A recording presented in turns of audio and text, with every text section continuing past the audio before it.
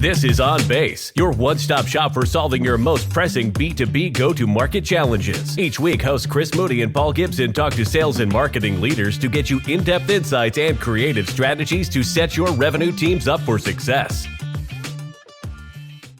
Hello, everyone. Welcome back. I'm your host, Ryan Schimmel. Today, I'm super excited to be speaking with Vinod Venkatesan on Growing 40X, Insider Strategies for Dominating Strategic Accounts. Vinod Venkatesan is VP of Sales for Strategic Accounts at Amkor Technology.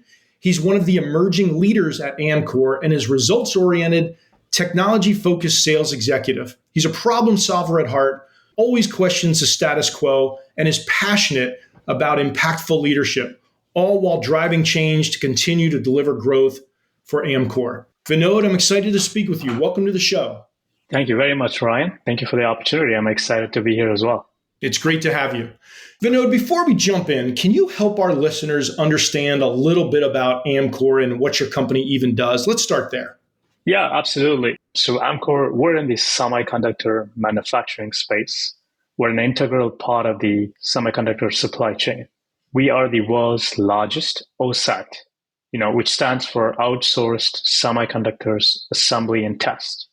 We provide semiconductor packaging solutions, which is really what makes the electronics work. So think of us like a manufacturing service provider. We're headquartered in Tempe, Arizona. We're the only US-based OSAT. The electronic packages that we make, they could be anywhere like a fingernails or like the size of the business card, right? So we build them, test them, make sure it works, ship it to our customers, and then they put it in their products to sell it to people like us. So if you have a smartphone, like a smartwatch, earbuds, laptop, tablets, any smartphone devices, or even an electric car, we're both mostly supplying, parts that go into it. So in a nutshell, that's Amkor. Wow. You guys are pretty much everywhere and in everything. So you mentioned that, you're the only US-based semiconductor packaging solutions provider. That's interesting. Mm-hmm. So there's been a lot of discussions about trade wars and about US versus China and so on. How is being US-based or being the only US-based semiconductor, how is that maybe an advantage and giving you a competitive advantage over other semiconductor manufacturers? Yeah, sure. So, Amkor is 55 years old company, and we're a well-established brand in the semiconductor space. A lot of the customers of ours are also based out of the US. So actually being an American company has been our strength since we started. But as you alluded to, recently, this has become a very significant topic of national interest. So, with every country trying to do regionalization, the US government's efforts to bring back semiconductor manufacturing to mainland, right, and a lot of onshoring efforts that's going on, now our customers are viewing Amkor as a very strategic partner, both short-term and long-term, right? So, we have factories worldwide, all over in Asia, so very, very broad geographical footprint, and we provide our customers the diversified options that they need. Don't get me wrong, our competition is formidable. They recognize our advantage, and we expect them to develop unique strengths and strategies to counter this, but that's the nature of the game. That's awesome. So being US-based must provide you some level of tailwind, right? It can't hurt. It's only helping you. Absolutely. I think what's important for our listeners, I read off the title, but I didn't explain the 40X. You grew revenues 40X, 40 times. That's 40 times in just 7 years. That's absolutely incredible. Without sharing too much of the secret sauce, can you maybe share some specific strategies with our listeners that help to enable that success? Yeah, it's been an incredible journey. And, I think about this a lot. So if I really have to boil this down to, 2 or 3 things, I would say number 1, to understand the customer. Number 2, have a very diversified portfolio. And number 3, knock on every doors. Right. So let me explain a little bit. So understanding the customers, you really need to learn everything about what your customer is doing, their market position, and more importantly, where they're headed. right? So you have to educate your organization about the customer and collectively decide if you want to go on this ride with the customer. Because if the answer is yes, this is a great starting step because everybody's now looking at the same direction. So the second thing is diversified portfolio. No, we all invest in stocks and, so we always talk about risk management. It's the same, especially the semiconductor business is very, very seasonal. So it's always very important to be diversified, even within a single customer, to manage risks. The third one is knocking on every door. I mean, this is sales 101, right? So you never know where you're going to get your next business opportunity from. So talk to as many people as you can. Ask all your customers to keep you in mind for new opportunities. Actually, over the years, I've learned that not many people do this. It's a very simple thing to say to your customers. We're in a very small world. Customers move within the company, and they also move across companies. So when you have those connections, it always helps. And my view is everybody remembers the people, not the business. So that's why it's really, really important to do that. I think you really hit the nail on the head there. And Vinod, you actually jumped ahead to one of my other questions where I asked for 3 very clear takeaways for our listeners. And I think you just laid them out. Understanding the customer, offering a diversified portfolio. I mean, you don't want your customers having to go elsewhere to find a solution that you don't offer. And then third, you didn't exactly say asking for referrals, but essentially knocking on every door and remembering the person. That's key. So along the lines of understanding the customer, I know that you foster building very strong relationships. That's important to your approach and what you do at Amkor. What tips might you share for salespeople or maybe people that are more junior than the C-suite, of course, about building effective relationships with those key decision makers at their accounts?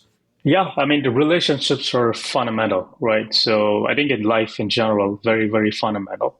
As far as tips, I would say first and foremost, have a high degree of self-awareness.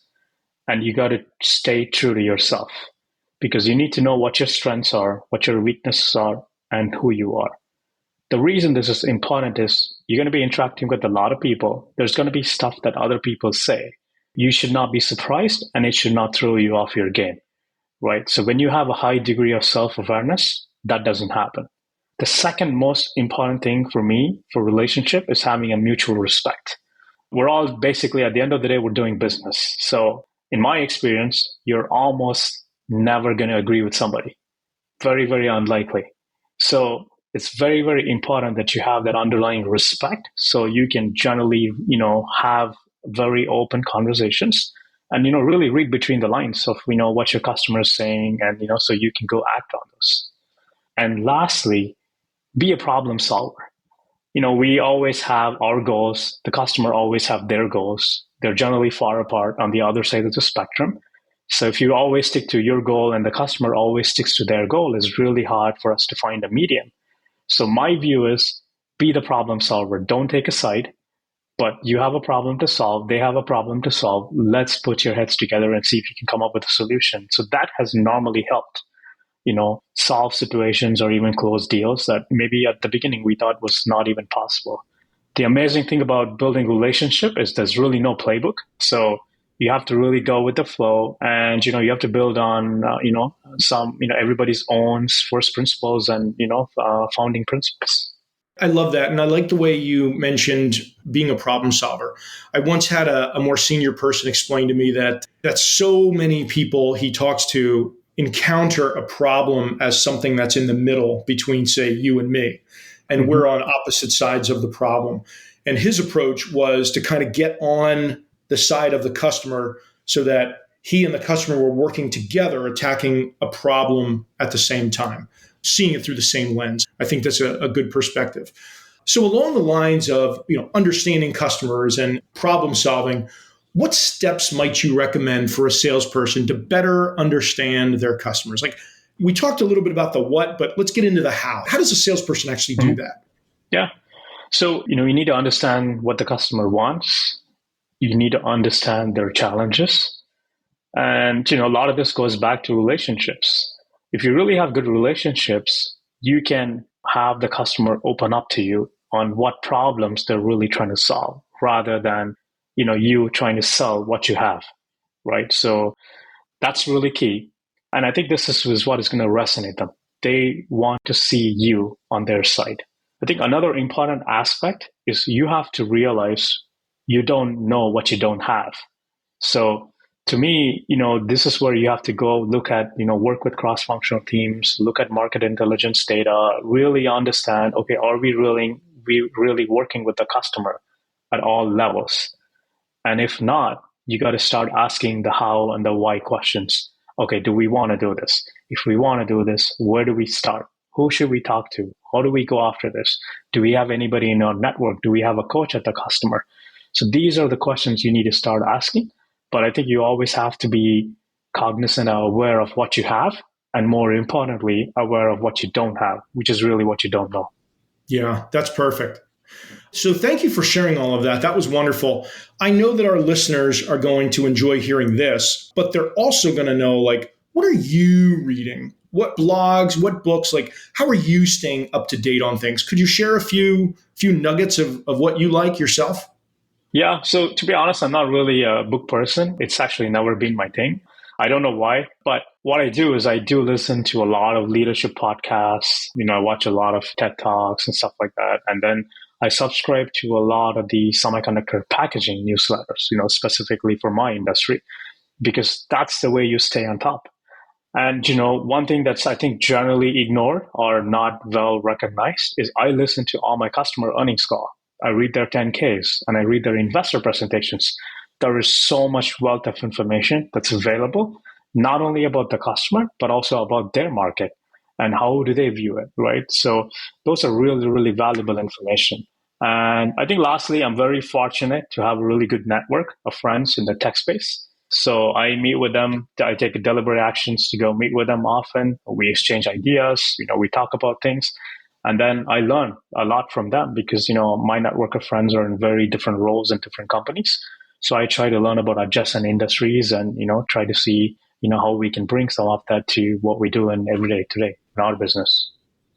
Vinod, I love that. I love that you called out reading like a 10K. I think our competitors can very often be an early warning system for us, whether for good or for bad, right? What they're seeing in the industry that if I'm not seeing it, maybe I should be, or maybe some things they've tried that have failed that I don't want to go down that path. That's great. Well, listen, it's been great having you. How can people get in touch with you after the podcast? Yeah, I'm pretty active on LinkedIn. I'm very good at responding to people who get in touch with me. So that's the easiest way to reach out to me. And I'm always there to help and share what I know. And I'm always eager to connect with people. Wonderful. Vinod, thanks for joining.